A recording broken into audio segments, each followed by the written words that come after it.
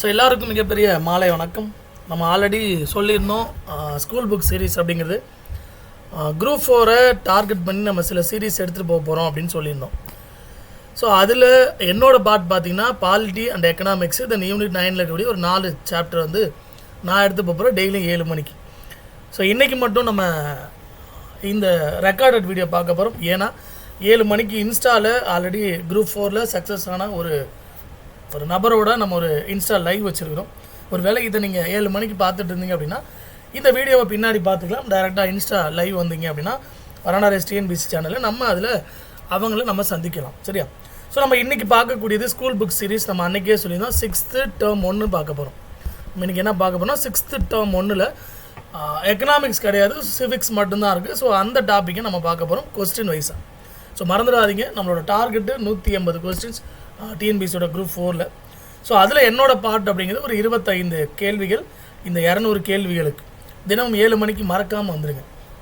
So first இன்றைக்கி என்ன topic பார்க்க போகிறோம் அப்படின்னா 2 பெரிய டாபிக் பார்க்க போகிறோம். ஒன்று 6th டேர்ம் 1 இருக்கக்கூடிய இந்த பன்முக தன்மையினை அறிவோம் அப்படின்னு சொல்லி முதல் பாடமும், இந்த சமத்துவம் பெறுதல் அப்படிங்கிற 2வது லெசனும் நம்ம இன்றைக்கி பார்க்க போகிறோம், குறிப்பாக சிவிக்ஸில்.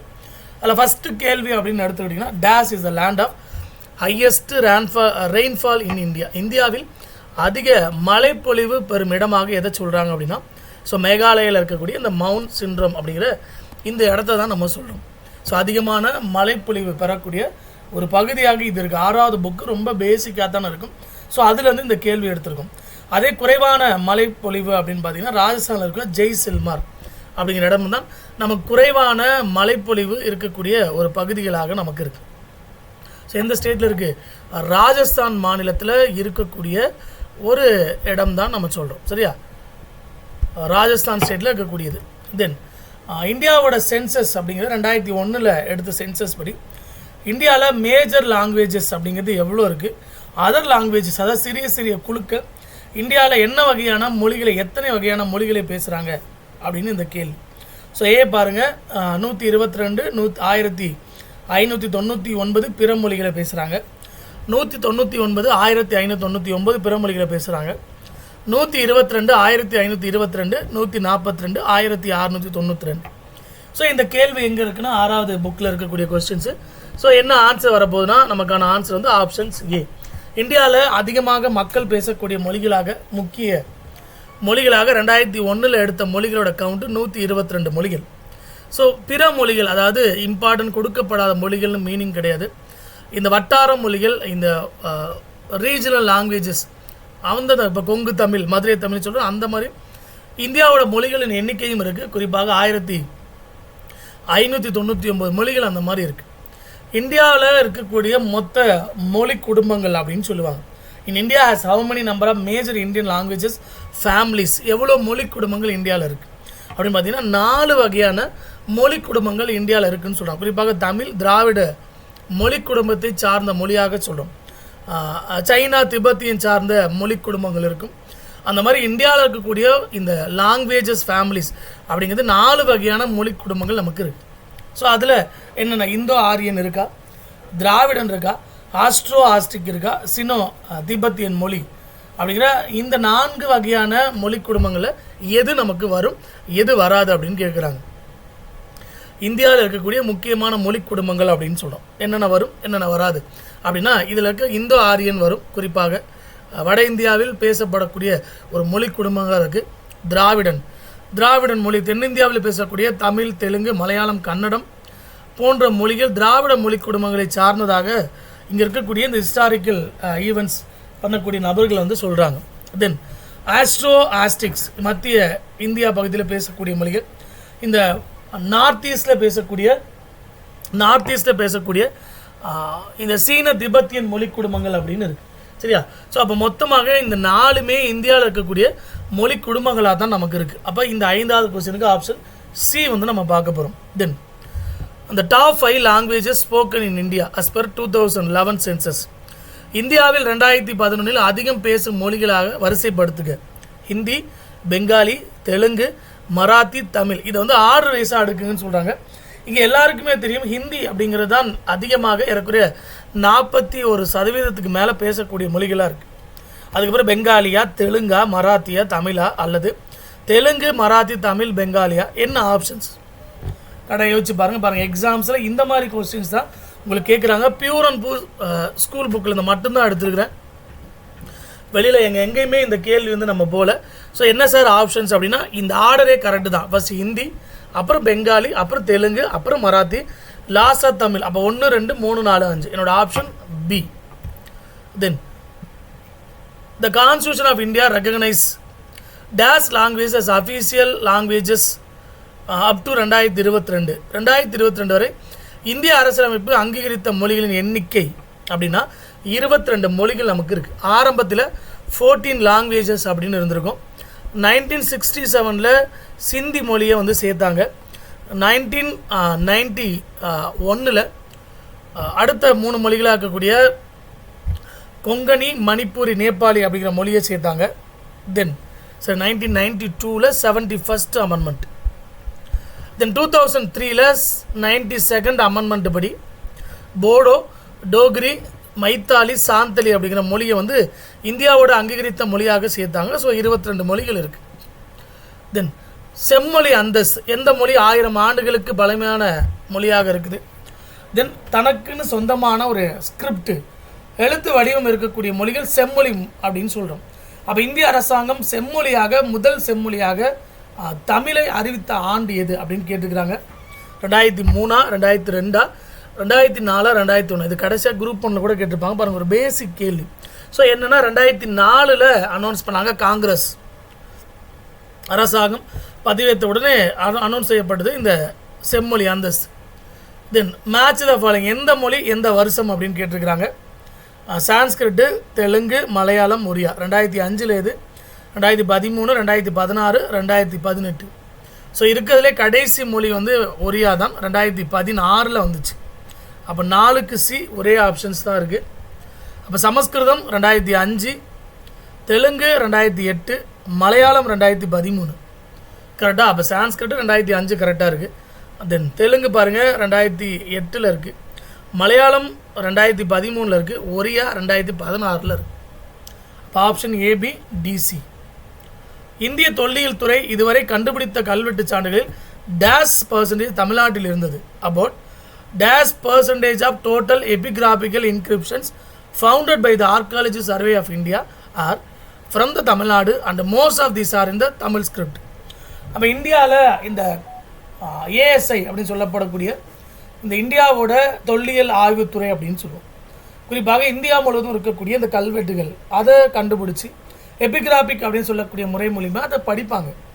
அப்படி இந்தியா முழுவதும் கண்டறியப்பட்ட கல்வெட்டுகளில் குறிப்பாக தமிழ் எழுத்து வடிவம் கொண்ட தமிழ் ஸ்கிரிப்ட் இருக்கக்கூடிய கல்வெட்டுகள் தமிழ்நாட்டிலேருந்து எடுத்திருக்கிறாங்க. எத்தனை சதவீதம் அப்படின்னா ஏறக்குறைய 60% நமக்கு இருந்திருக்கு. 60% அப்படின்னு சொல்கிறோம். கரெக்டாக? Super. Karagattam, Oyilattam, Kummi attam popular dance in the state of. Karagattam, Oyilattam, Kummi எந்த மாநிலத்தின் பிரபலமான நடனம்? இது நமக்கே தெரியும். பார்த்தோன்னே என்ன ஸ்டேட்டு? தமிழ்நாடு அப்படின்னு சொல்கிறோம். பிகு, அசிங்கம், பிகு பண்ணாத அசிங்கமாக இருக்குது அப்படின்னு சொல்லுவாங்க. அப்போ பார்த்தோன்னே நமக்கு தெரியும் என்னது? அஸ்ஸாம். பிகு அஸ்ஸாம்லேருந்து எடுக்கப்பட்டது. India is known for unity in diversity. இந்தியாவில் பல்வேறு கலாச்சாரங்கள், பல்வேறு மொழிகள், பல்வேறு பண்பாடுகள், பல்வேறு மத நல்லிணக்கங்கள் இந்தியாவில் இருந்தாலும் இந்தியா அப்படிங்கிறது ஒரு நாடாகத்தான் இருக்குது. ஸோ நீங்கள் கவலைப்படாதீங்க அப்படின்னு இந்தியர்களை பார்த்து சொன்ன நபர் யார்? இந்தியா வேற்றுமையில் ஒற்றுமை அப்படின்னு சொன்ன நபர் யார் அப்படின்னா நமக்கு எல்லாருக்குமே தெரியும். இந்தியாவோட ஃபஸ்ட்டு பிரைம் மினிஸ்டராக இருக்கக்கூடிய திரு ஜவஹர்லால் நேரு அவர்கள். India is a ethnological museum as a great variety of racial types exist. India இனங்களின் அருங்காட்சியம் என்று கூறியவர். அடிக்கடி கேட்பாங்க group 4. Winston Churchill, Nelson Mandela, Martin Luther சிங்கில் கிங், விஏ ஸ்மித். ஸோ அப்போ இது யார் சொன்னது அப்படின்னா விஏ ஸ்மித் அப்படிங்கிற நபர் தான் இந்தியா என்ன மாதிரி நாடு அப்படின்னு சொன்னார். ஏன்னா பல்வேறு இனங்கள் இந்தியாவில் இருக்குது. அப்படி இருந்தும் இந்தியா என்ன பண்ணுது? ஒற்றுமையாக தான் இருக்கிறாங்க அப்படின்னு கேள்வி. கீழ்கண்ட எந்த மதம் இந்தியாவில் நடைமுறையில் இல்லை? Which one of the following religion is not practised in India? Sikh இந்தியாவில் இருக்கா? கட்டாயம் இருக்குது. இஸ்லாமிய மதம் இந்தியாவில் இருக்கா? கட்டாயம் இருக்குது. நிறைய பேர்த்துக்கு டவுட்டு, ஜெராடிசமா கன்ஃபியூசிய மதமா? இல்லை ஜெராடிசிய மதம் அப்படிங்கிறது இந்தியாவில் இருக்குது. சரியா? அப்போ நமக்கு இல்லாத மதம் வந்து இந்த கன்ஃபியூசிய மதம். அப்போ 6வதோட முதல் டேர்மில் நம்ம 15 கேள்விகள் பார்த்துருக்கோம், டாப் டு பாட்டம் ஃபஸ்ட்டு டேர்மில்.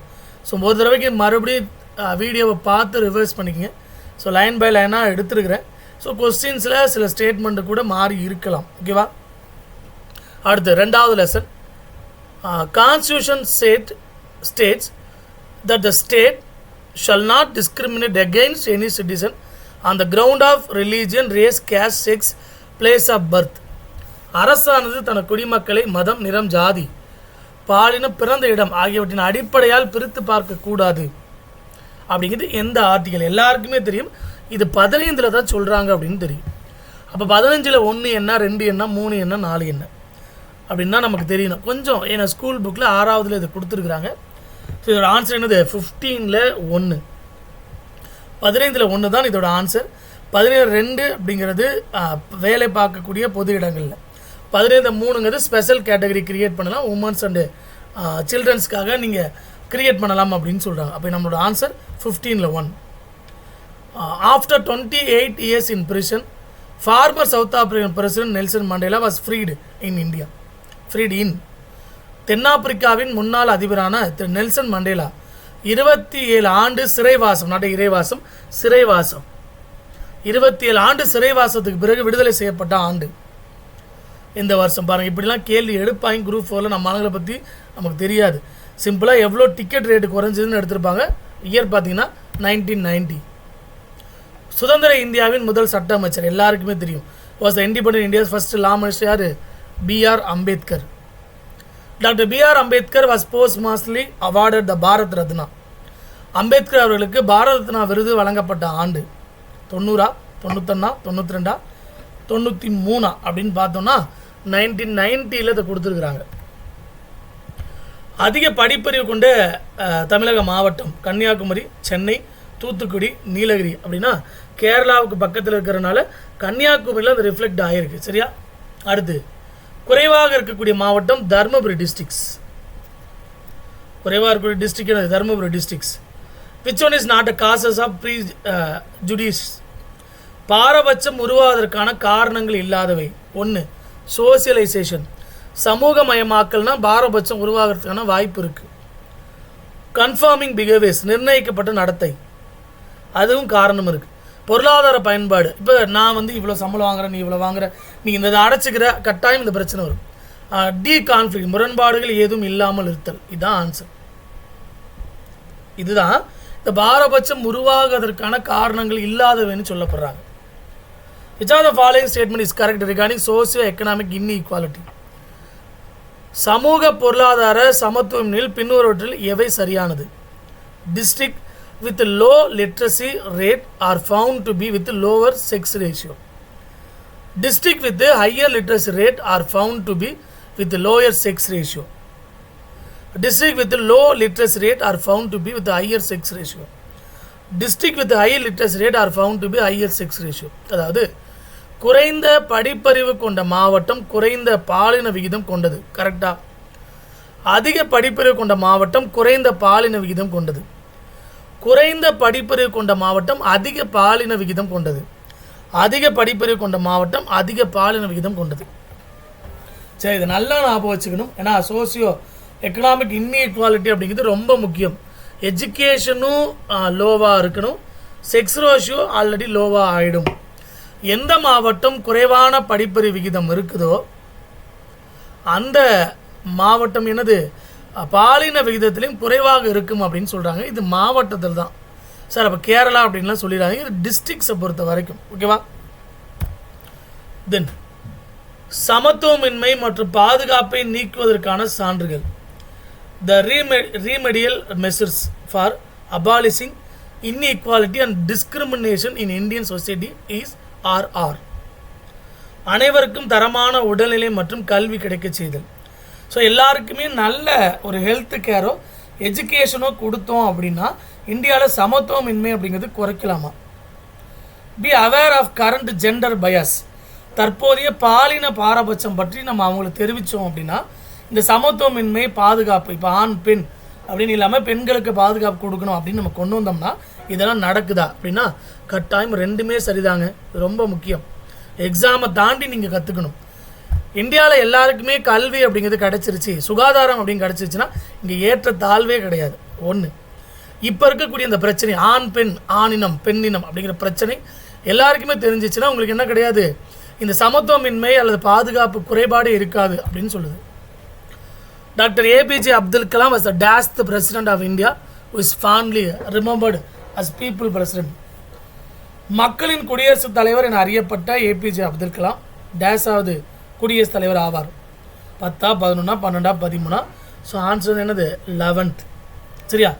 இதுதான் நம்ம 2 லெசனில் எடுத்திருக்கக்கூடிய அந்த ஒரு டேட்டாஸ். ஸோ இன்றைக்கி லைவ் வர முடியல, ஒரு பெரிய ஒரு சாரி. காரணம், இன்ஸ்டாவில் ஒரு லைவ் போகிறோம். நீங்கள் ஃப்ரீயாக இருந்தீங்கன்னா இன்ஸ்டா லைவ் வாங்க. ஆல்ரெடி போஸ்டிங்கில் இருக்கக்கூடிய ஒரு மாணவரோட, ஒரு நபரோட நீங்கள் விவாதம் பண்ணலாம். நீங்கள் எப்படி ப்ரிப்பேர் பண்ணணும் ஒரு ஐடியாஸ் உங்களுக்கு கிடைக்கும். ஸோ நாளையிலேருந்து கண்டிப்பாக 7 மணிக்கு லைவ் வந்துடுவேன், மறந்துடாதீங்க. இன்னும் நம்ம டே 1 6th லெசனை முடிக்கிறோம். வீட்டில் ஒரு தடவை அந்த லெசனை திரும்ப படித்து பார்த்துட்டு மறுபடியும் ஒரு தடவை வீடியோ பாருங்கள். சப்போஸ் உங்களுக்கு வேறு ஏதாவது டிஎன்பிசி தொடர்பாக சந்தேகம் இருக்குது அப்படின்னா கீழே ஒரு லிங்க்கில் நீங்கள் ரிஜிஸ்டர் பண்ணி சந்தேகத்தை கேட்டுக்கலாம். இல்லை நீங்கள் வராண்டா ரேஸ் சென்னை பிரான்ச் மாணவராக இருந்தீங்கன்னா உங்களுக்கு வரக்கூடிய வெள்ளிக்கிழமை ஒரு மிகப்பெரிய அளவில் ஒரு மார்க் டெஸ்ட் அப்படின்னு ஒன்று நடக்க போகுது. ஸோ அதில் நீங்கள் பதிவு பண்ணணும் அப்படின்னா உங்கள் குரூப்பில் ஒரு லிங்க்கு ஷேர் பண்ணியிருப்பாங்க, அதில் நீங்கள் ரிஜிஸ்டர் பண்ணிக்கலாம். ஸோ மீண்டும் நாளை 7 மணிக்கு உங்களை சந்திப்போம். ஸோ அதுவரை படிச்சுட்டே இருங்க. படிப்பு எப்பயுமே கை கொடுக்கும். படிப்பை விட்டுறாதீங்க. குரூப் 4 நமக்கு தான். கதவை தள்ள வேணாம், கதவை உடச்சி துறப்போம். Thank you so much.